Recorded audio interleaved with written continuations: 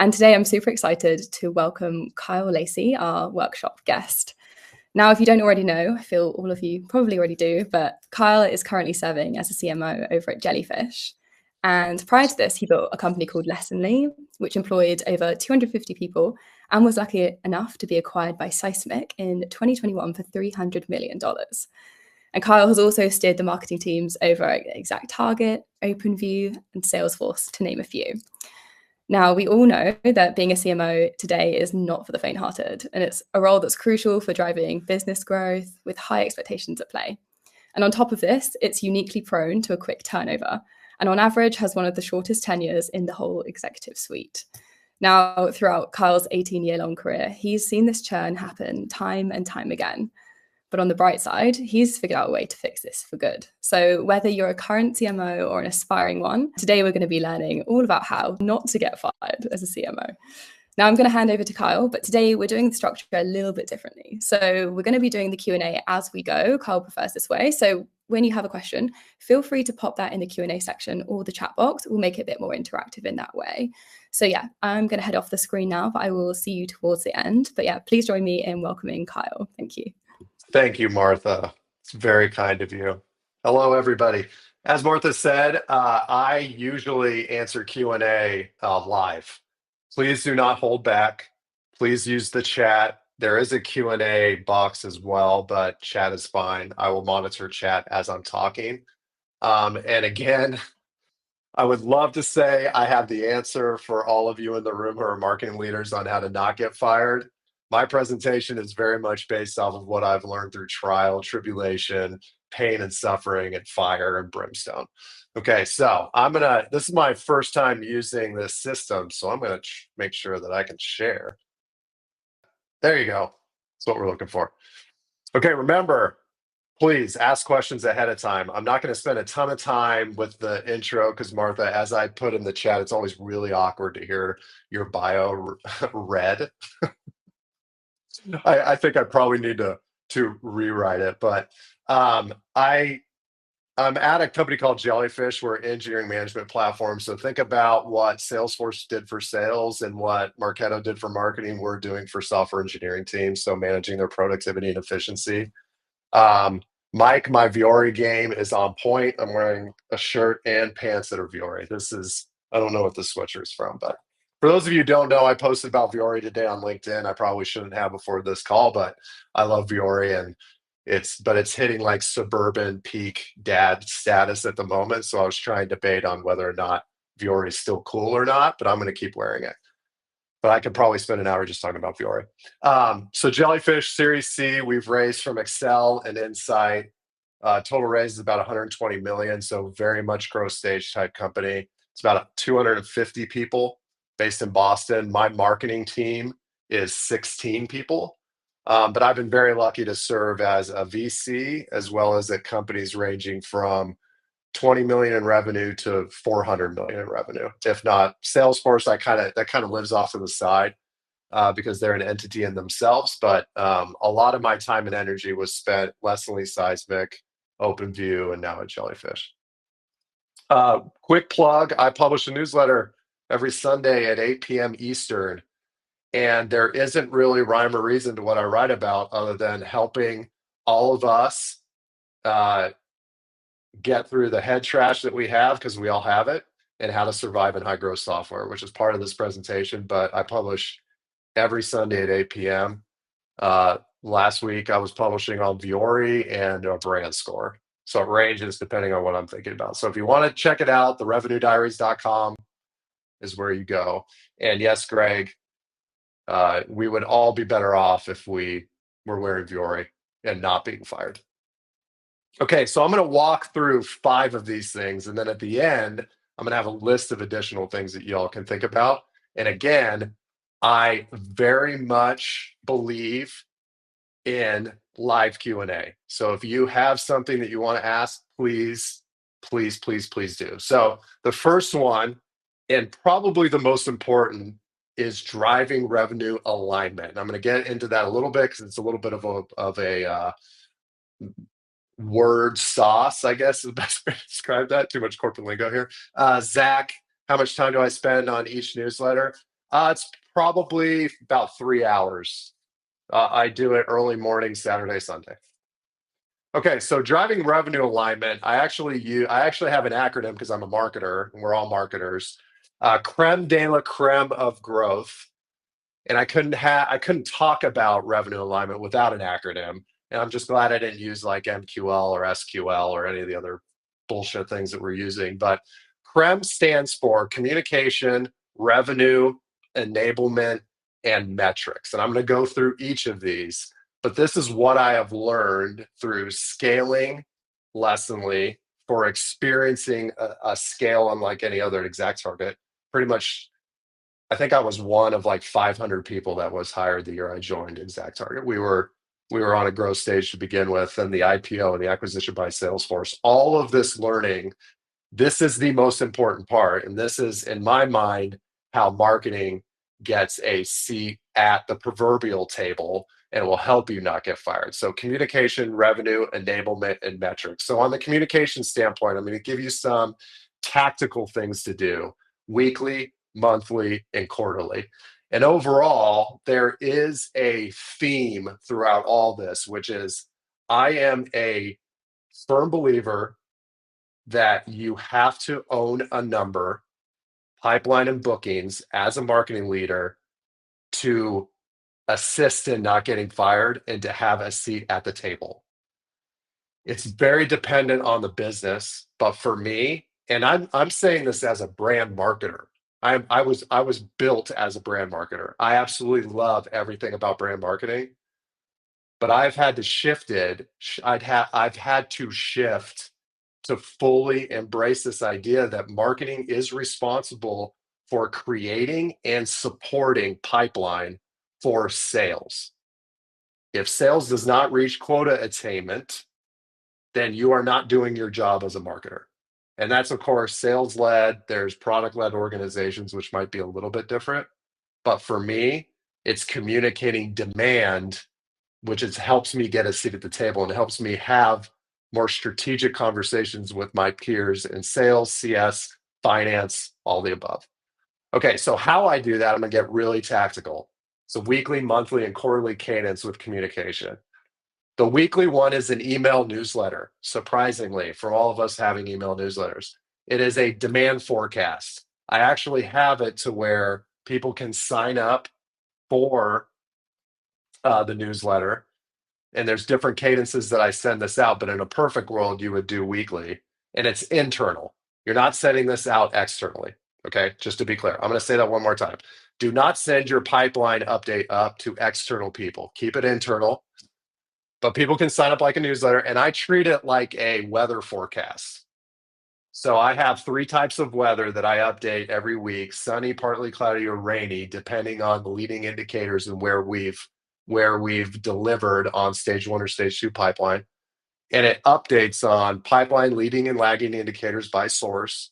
You have the logos, net new logos that were created and closed the week before to show, hey, look at all these cool logos that just came in the funnel. And hey, look at all these cool logos we just closed. We have a gong call of the week that's run by our enablement team, and it's put in that demand forecast. And then it's updates from the business unit leaders. So I have an update from our revenue marketing leader, an update from our BDR leader, an update from our sales leader, and an update from our partnerships leader, and an update from our enablement leader. And that's sent out every week. And the most important thing is that it's constantly being sent. There's a cadence there. Yes, Mike. I mean, it's forecasting, right? Accurate about 50% of the time anyway. The best thing about attribution modeling is that it's accurate 50% of the time.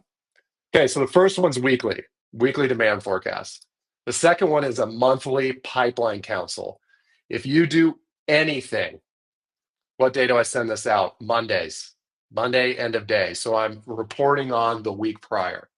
And it gives, Monday end of day gives the teams the ability to report on what happened instead of me asking them to do it over the weekend. And frankly, AI tooling is allowing us to do this automatically anyway. So, but I send it out. It's like Monday through Friday the week before, but I send it out Monday at like 4 p.m. If you do anything, at all from this presentation, in my mind, this is the most important thing. Pipeline counsel. Getting managers in a room, whether it's 2 people or 10 people. I don't know if you want to follow the Jeff Bezos, buy him a pizza, and if they don't have enough pieces, you get rid of the pizza or fire people. I don't know. I don't know what he says, but there's a certain stage where meetings are too big. But what I have found, up to 10 people, you can do this. But it's the go-to-market teams discussing what's working and what's not, and looking at the leading and lagging indicators on a monthly basis. We do bi-weekly at Jellyfish, just to be clear, but I think that it also works monthly. Yeah, Nicole, I'm guessing that they will be. Susan, do they all report up to you? They do not. Only the revenue marketing leader does. Do you ever have other business units who want to jump in onto your updates? We have, and we would, for sure. You don't want to make it too long either. It's about the cadence of the reporting that's important. Okay, so for the pipeline council, you have sales leadership, CS leadership, marketing leadership, and then if you need anybody else from the exec team involved, you invite them. But it's about the managers discussing quick wins. Who's in the meeting? Already talked about what's the focus. Mostly priorities and initiatives based off of what the numbers are telling you. And then it really forces alignment as long as it's being run by a third party. So you have this pipeline council, and some people start this pipeline council and it's run by the marketing leader or run by the sales leader. I have found that it should be run by RevOps or finance. Sandra, you beat me to it. Operations running this meeting is super important because they are a third party. Okay. They are the ones reporting on the numbers. They do not have a dog in the fight. That is extremely important. If it's the sales leader, it's going to constantly move towards sales, and marketing is going to be like, hey, I really want to give an update.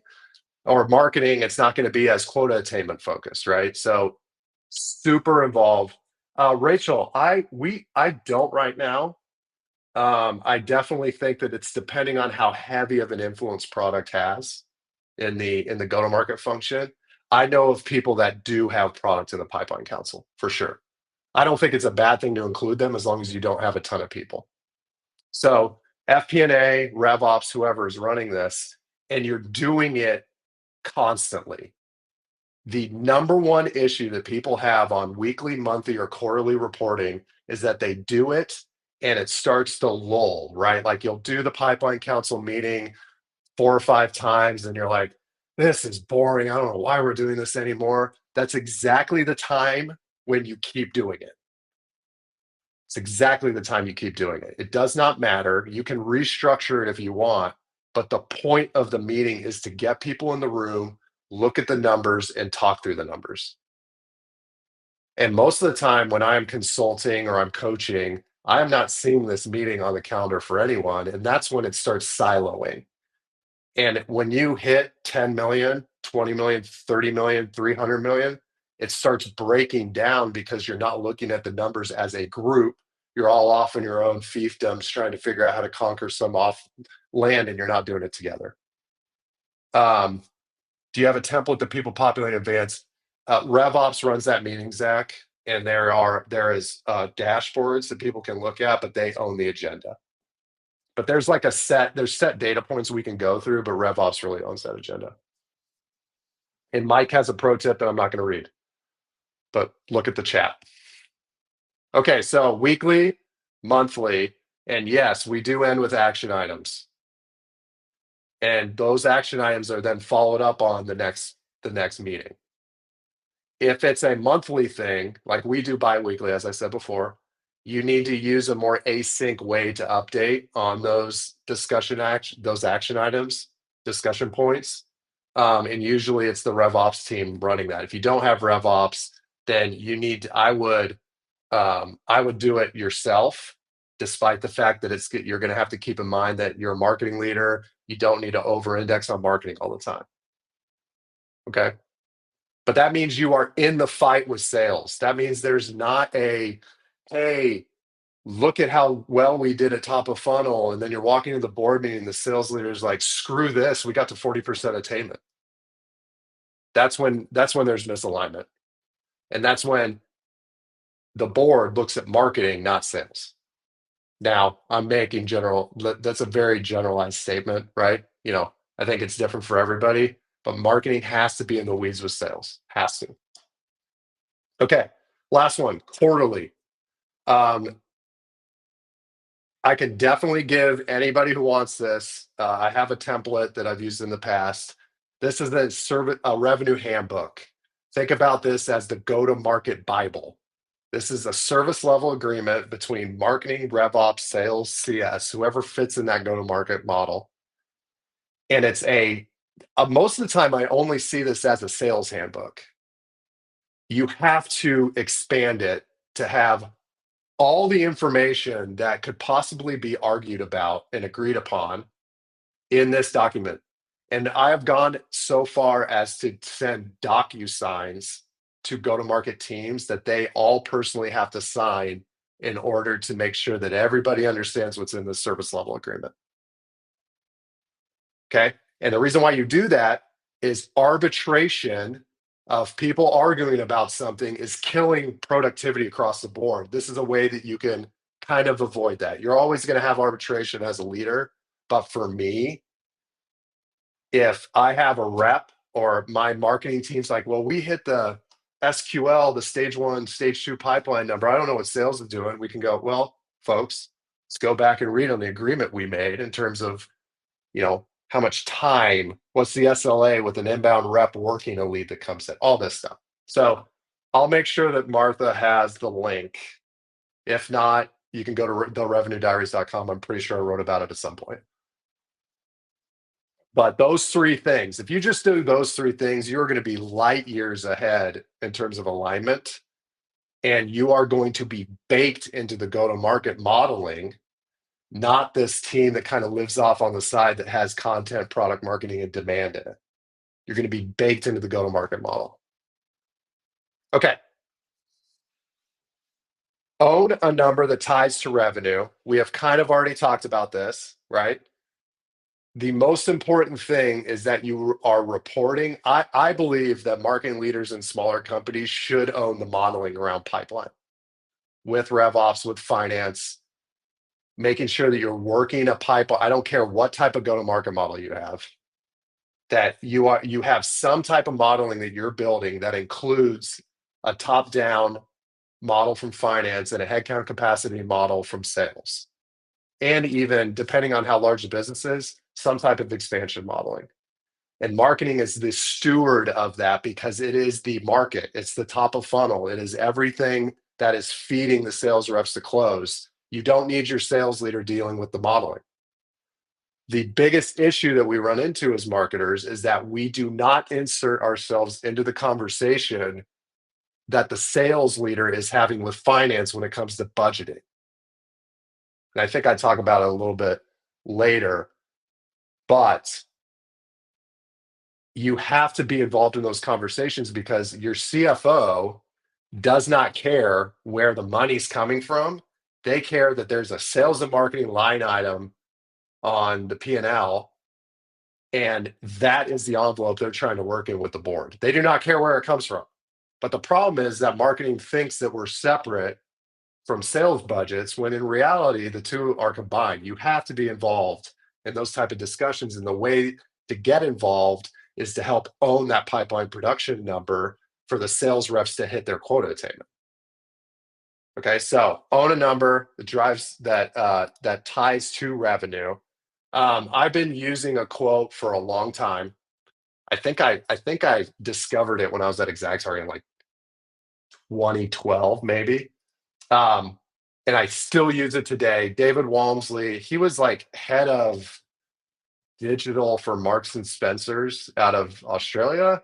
I don't know what he's doing now. I mean, he's had a very storied career, but I love this quote.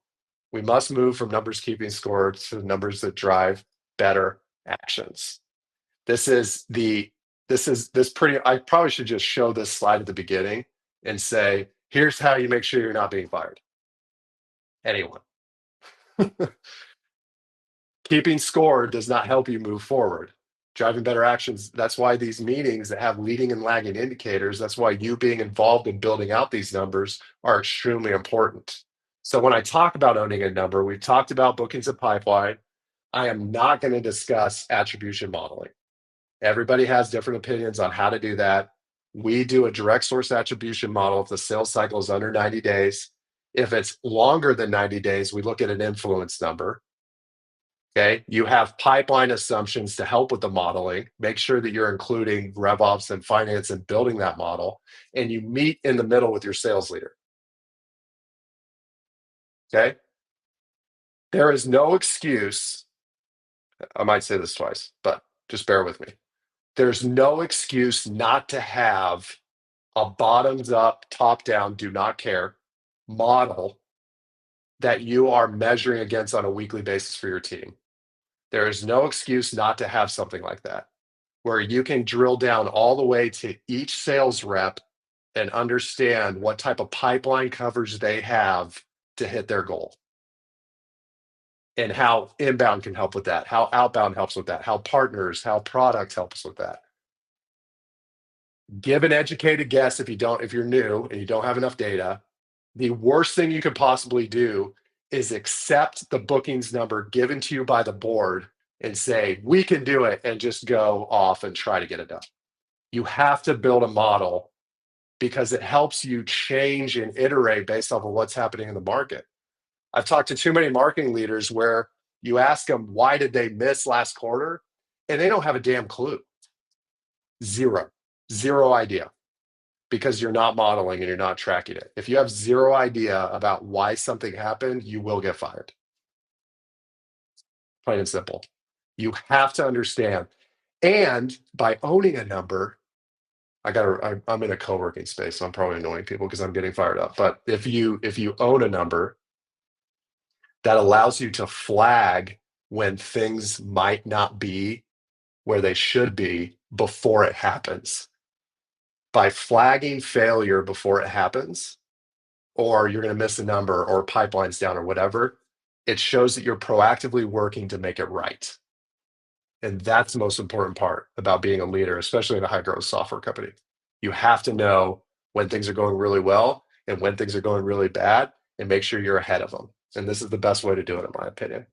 Okay, so I give you some examples of pipeline modeling and how I've done it. I've begged, borrowed, and stealed from multiple peers. So this is an amalgamation of a lot of different things.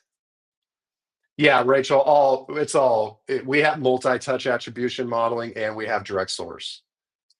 We do both because we're moving up market and our sales cycles are lengthening. So we want to make sure we're looking at both. But there isn't there is no tried or true way to do this, in my opinion. I mean, you can go talk to the softwares out there that do this, but I just think that we spend way too much time arguing about what to use, and we never actually use it, and that's the problem. There's no magic formula ever for any of this.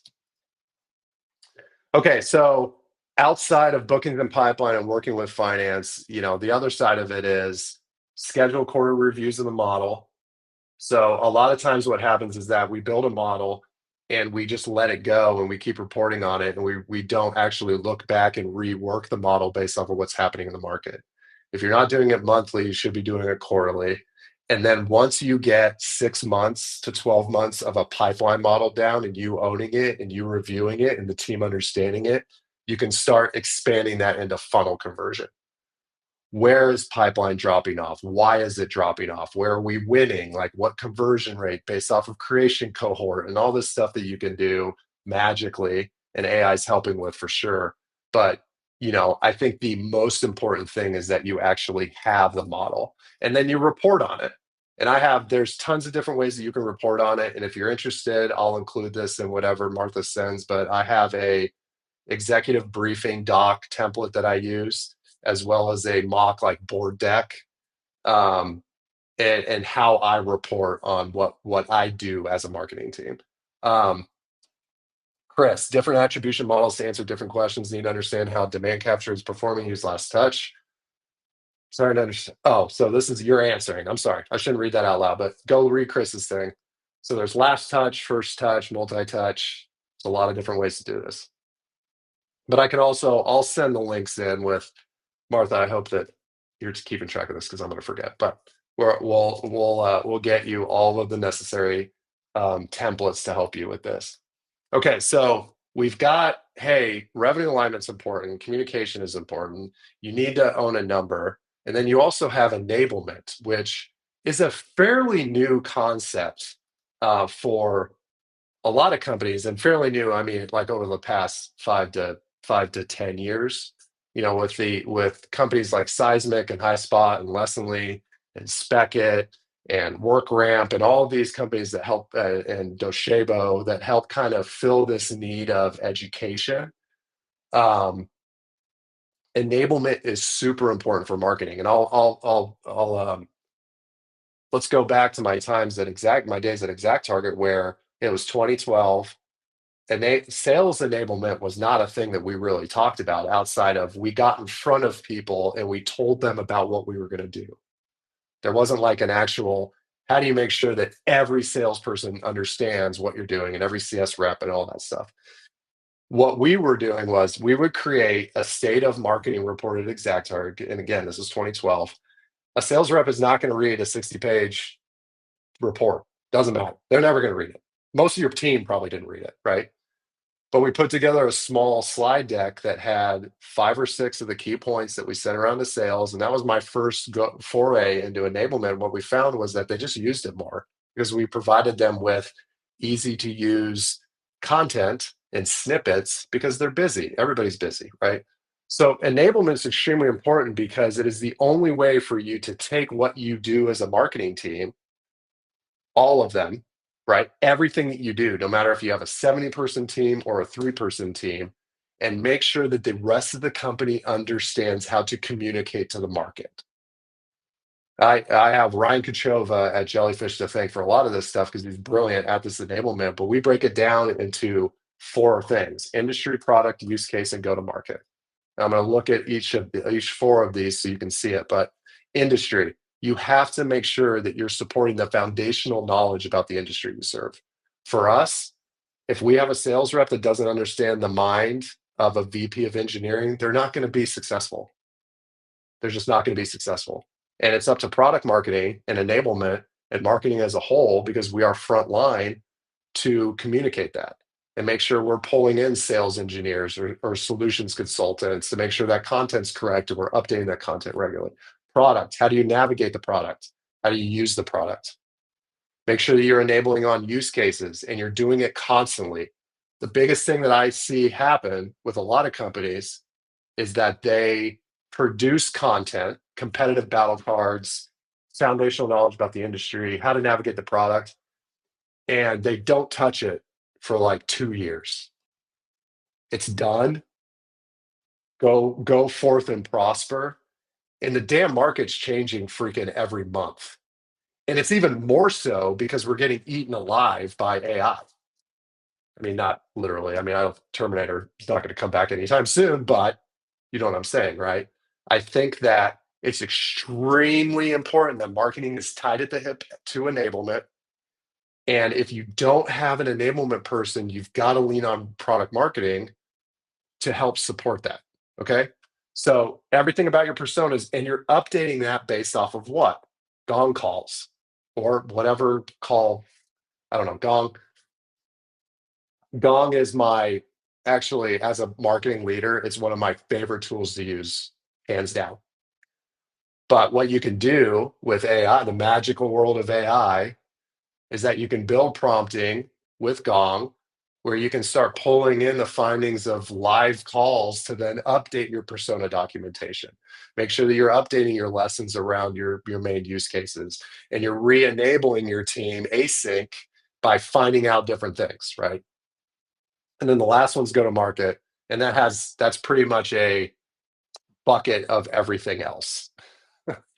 Call coaching, scripts, launches, competitive information.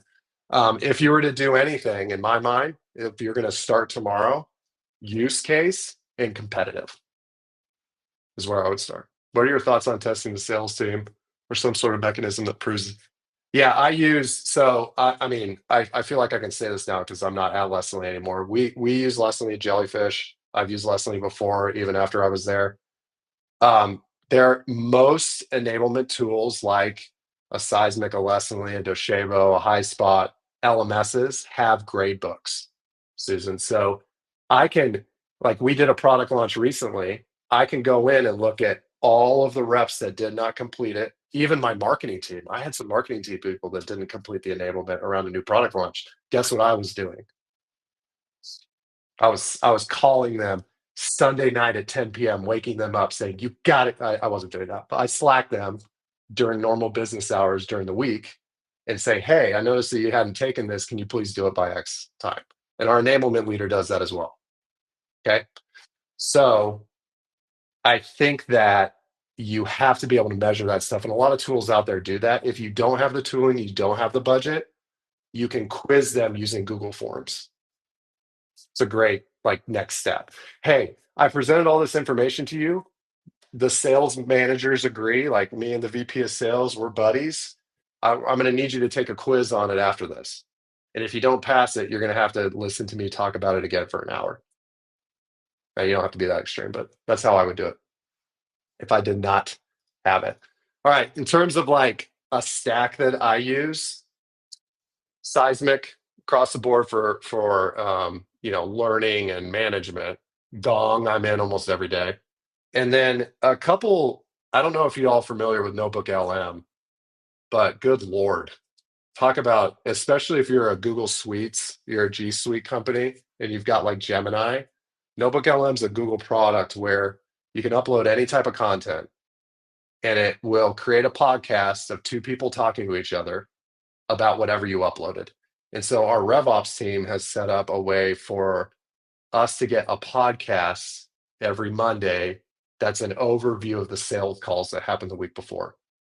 Or you can upload your weekly pipeline report, and it's a woman and a man talking about your report, and it's actually frightening because they joke with each other and there's awkward pauses, and it's like Dave said it, incredibly accurate.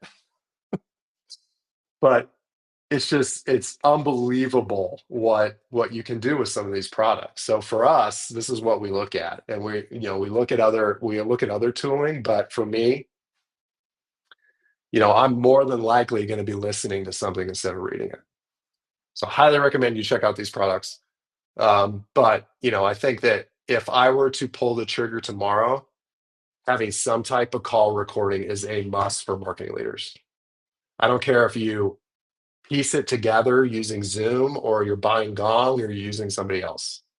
It is a gold mine of content for anyone. And there's no excuse now with the AI tooling that you can't listen to every single one in a meaningful way. All right, so last one's metrics. And I think that, ultimately it's about understanding. So we talked about communication, revenue, right? We talked about enablement, and then metrics are just an understanding of how the business works. I speak to too many marketing leaders that do not understand how the CFO thinks about blended CAC, customer acquisition costs, or sales and marketing spend. They have their hand out for their budget every year, and whatever they're given, they're like, "This isn't enough, but thank you." And they don't spend the time to understand why that number was made and how that applies to what sales was given. Okay, Lawrence called out MS Teams transcript tool is also excellent. Thank you, Lawrence. Okay, so I'm going to say this one more time. Spending time with your CFO or finance team to understand how they report on the health of the business to the board will make you a better marketer and will make you a better leader and will solidify you as an exec team member, because you can explain why marketing was given that amount of money. And if you understand the entire sales and marketing expenditure, you can start trading with the sales leader. Like, hey, we found that SEO was really driving organic search, or content was really driving pipeline last quarter. Do you think we could take some of that headcount spend that you have in your budget and start testing? Because we both know that inbound is more efficient. We can get more inbound in. Are you willing to test that? And if you understand the budget and you understand what the sales leader is talking about, and you've spent time with both parties, it's going to be so much easier for you to have those conversations. And more often than not, those conversations are not happening. And we're giving them budget and we're like, oh, this is terrible. They cut marketing all the time. But we don't understand why, ever. You have to have those conversations. You have to know every budget line that you have in your marketing budget. And then one thing that I get raked over the coals sometimes on LinkedIn is this last one, and we're almost done, is separate branded demand in your budgeting. Okay. So I'm going to kind of lay it out. I talk about this at length at the newsletter, so you can go check it out, therevenuediaries.com. When I am looking at my numbers, I want to make sure that 70 to 80% of my headcount and program spend is going towards generating pipeline. And then I have 20% that is there for me to use for brand initiatives. And brand initiatives are big bets. Like, let's do a billboard. Let's do we created a Cards Against Engineering game that was massive. Like, everybody loved it. Everybody loved it. It was hilarious. It was a great direct mail for us to produce, that I'll get it as I'm talking. But the thing about it is that if I am walking into my marketing team meeting, a tidal wave of joy is now within your grasp. If I'm walking into a marketing team meeting or a creative meeting, and we're like, we really need to do something cool. Like, we're creative. We don't need to be designing ebooks all day long. And I walk into that brainstorm and I'm like, well, before we get into it, and before you do Cards Against Engineering, I want to understand the ROI. I want to understand how we're going to deliver pipeline with a Cards Against Engineering game. Guess what happens when you do that? Your creative director or your graphic designer slowly die. You can see the creative energy being sucked out of them when they say ROI. There is nothing that kills creativity and brand faster than a talk about the return on investment on a brand play. Okay? That does not mean you shouldn't track brand, doesn't mean you shouldn't measure it. Do not go hating on me for saying this, but you are killing your creative teams by measuring them constantly. Okay? Colin, how do you adequately plan and allocate the resources needed to think about and execute? So I seriously, when I'm doing budgeting, I have the attribution models that help me forecast what my spend would be on the demand side to hit the pipeline goals. But I'm taking like every single headcount, like my creative director as an example, 50% of her headcount spend goes to demand and 50% goes to brand.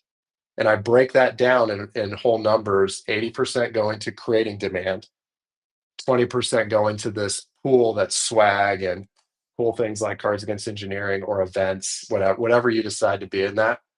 But what you're trying to do is make sure that you are hitting that budget with the 80%, so that you're hitting that pipeline budget, so you have the other 20% that you could play with, right? And I'm on a lean side of a team like you are, Colin. So for me, it's making sure that I've set aside time and energy that isn't going to be scrutinized by our finance team. Doesn't mean I don't have to have a conversation about it, but usually my team is coming up with ideas like this where I'm not being questioned because it was so damn good, right? And our CEO is getting comments, our CFO is getting comments, like everybody came to the booth to get it at an event, like that type of stuff. Natalie, I'm going to be honest. I wish I could say that I aspire to be a CMO, but I can't confidently say. How are you personally paying it forward to mentor female minority marketers to get them into the C-suite?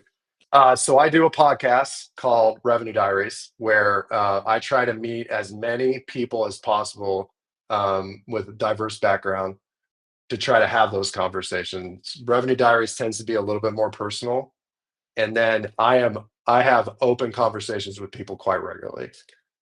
My goal of sharing this type of content is to help everyone, and that's the main goal, for 100% the main goal, because we're all in this together. To what degree does the 80-20 split depend on the company size? Heavenly Johnson, you have a great name, by the way.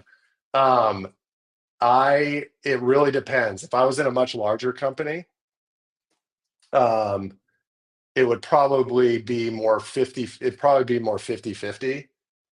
But it's just dependent on the business. So I think there's probably guidelines out there. Jason Lemkin had a great post recently about where brand spend, as the category matures, brand spend should increase, but that does not take you away from making sure pipeline is being produced.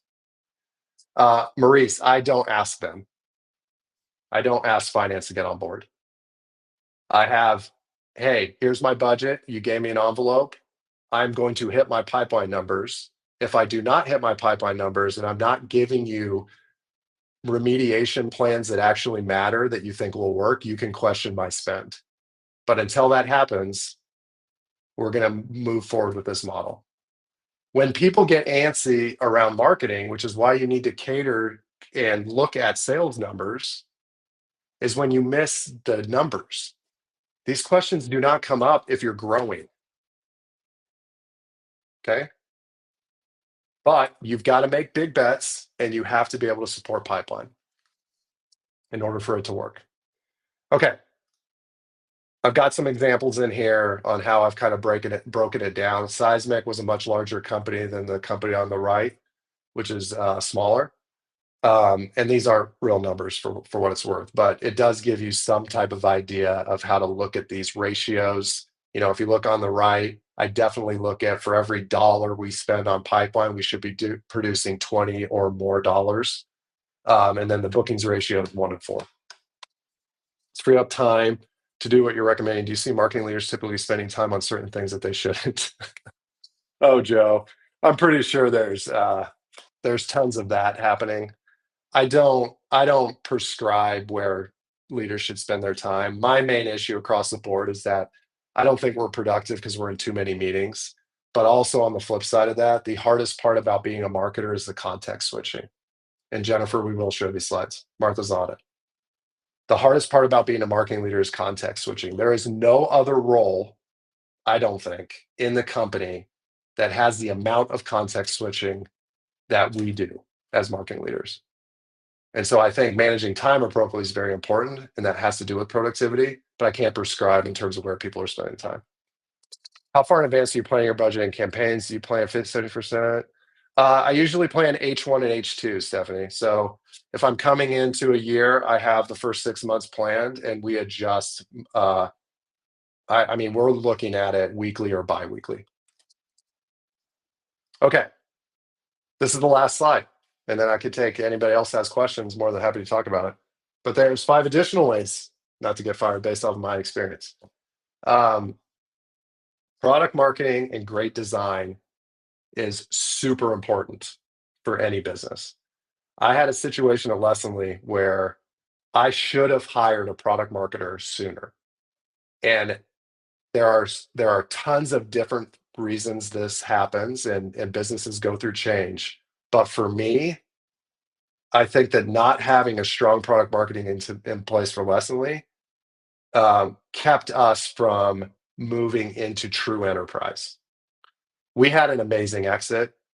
It worked really well for us. But if I look back in hindsight, product marketing was the linchpin that I was not aggressive enough on.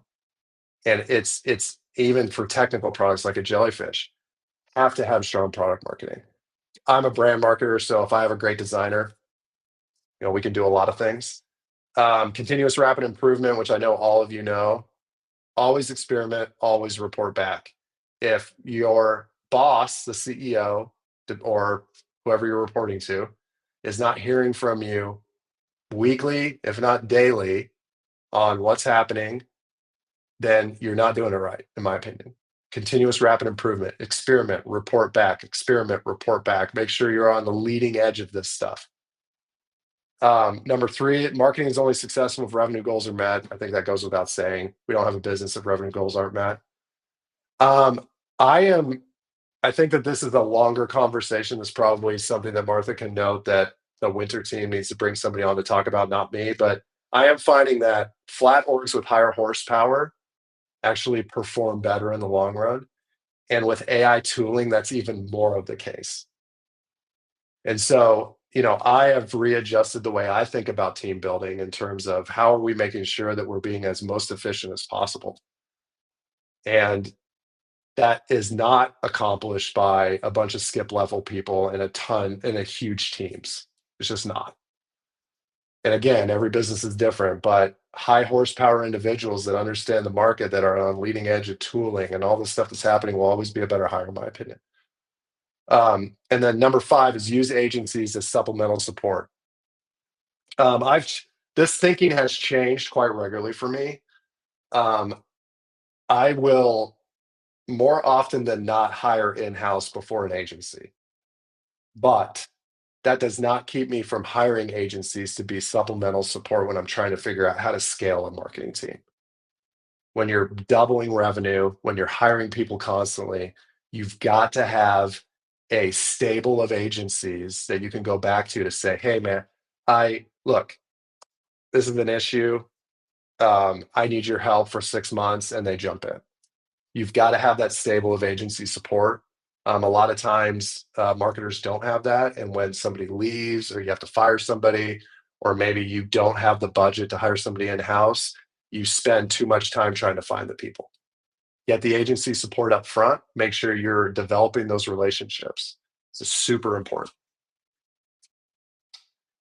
And then start using AI. I mean, that's number 6. I'm convinced that marketers that can't start using these tools appropriately will not be hired in the future. Straight up. Thank you. That's it. So if you have any other questions, um, please feel free to chat. If not, we can call it. But Martha, hello again. Hi. Thank you so much, Carl. Super good session. I was scribbling many notes throughout, so I'm sure everyone's really enjoyed it as well. And yeah, it was really good to have an interactive session with so many questions. So thank you, Yeah, everyone. thank you. That's always fun. It's usually awkward when there's no questions and you're just sitting there talking. But there was one great AI recommendations. Lawrence. My team uses Tofu, but for me personally, I use ChatGPT and Claude. Okay, amazing. So like we How, said here from Hassan, sorry, sorry. Martha. I'm just going to Okay. read these. How would you manage expectations around ROI for brand activity, which is a longer game and harder to add? Hassan, I have a brand score framework that I put together that is more of a test right now. I'm more than happy to send that to you if you want to hit me up on LinkedIn in terms of how do you measure brand in a larger scale. Hard to agree with context switching. How do you deal with I don't, Susan. I run and work out a lot. That's how I deal with context with. I don't know if there's a way to. Yeah, I kind of like it, to be honest with you, but it's stressful.